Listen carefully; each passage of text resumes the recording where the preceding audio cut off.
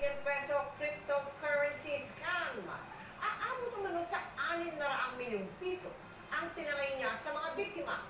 Ang modus, alamin, sa pagtutok ni June Veneracion.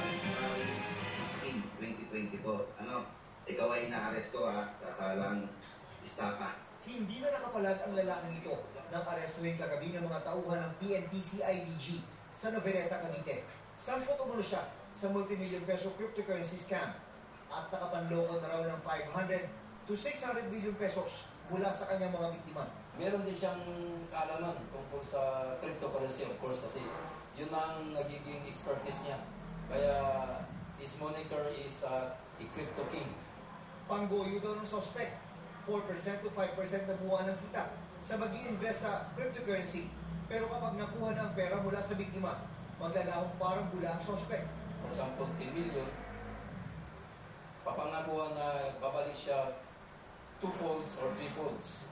The victims of these personalities are some media personalities.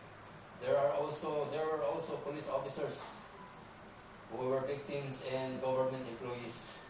Sinubukan ng media na kunin ng panig ng suspect. Yes, sir. Ito yung sinagulian. Crypto king, sir. Sir.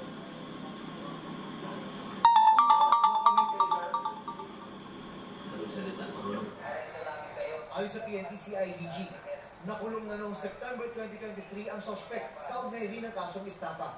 Nakapagpiyansa pero muli raw nasangkot sa cryptocurrency scam. Nakatiniyak ang PNP-CIDG na marami pa ang nabiktimang suspect. Umaapila sa kanila ang pulisya na magreklamo para raw makapagsampa ng mas mabigat na kaso. Based on our data gathered at saka na evidences na meron kami, we hope na makapag-file kami ng another case for a large-scale estafa na non-bailable. Para sa GMA Integrated News, June Veneracion, nakatutok 24 oras.